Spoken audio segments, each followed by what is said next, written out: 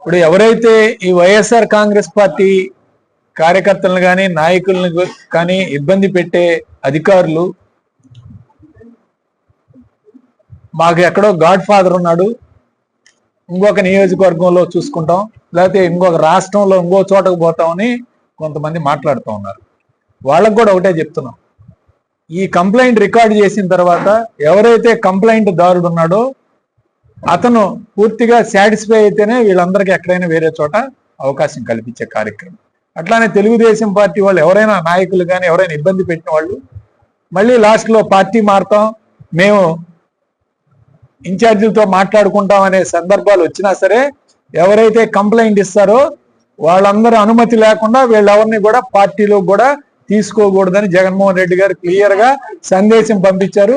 So కాబట్టి దీన్ని కూడా స్పష్టంగా చెప్తా ఉన్నాం, ఇబ్బంది పెట్టే వాళ్ళని ఎవరిని కూడా పార్టీలకు వచ్చే కార్యక్రమం జరగదు.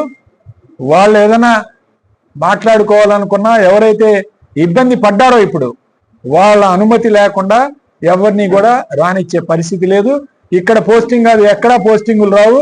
మళ్ళీ ఏదో అక్కడ మా గాడ్ ఫాదర్ ఉన్నాడు, లేకపోతే అక్కడ మాకు ఇంకా బాగా తెలిసిన వాళ్ళు ఉన్నారు, ఇలాంటివి కూడా పనిచేసే కార్యక్రమం ఉండదు అని క్లియర్ గా మా నాయకుడు జగన్మోహన్ రెడ్డి గారు సందేశం ఇచ్చారు.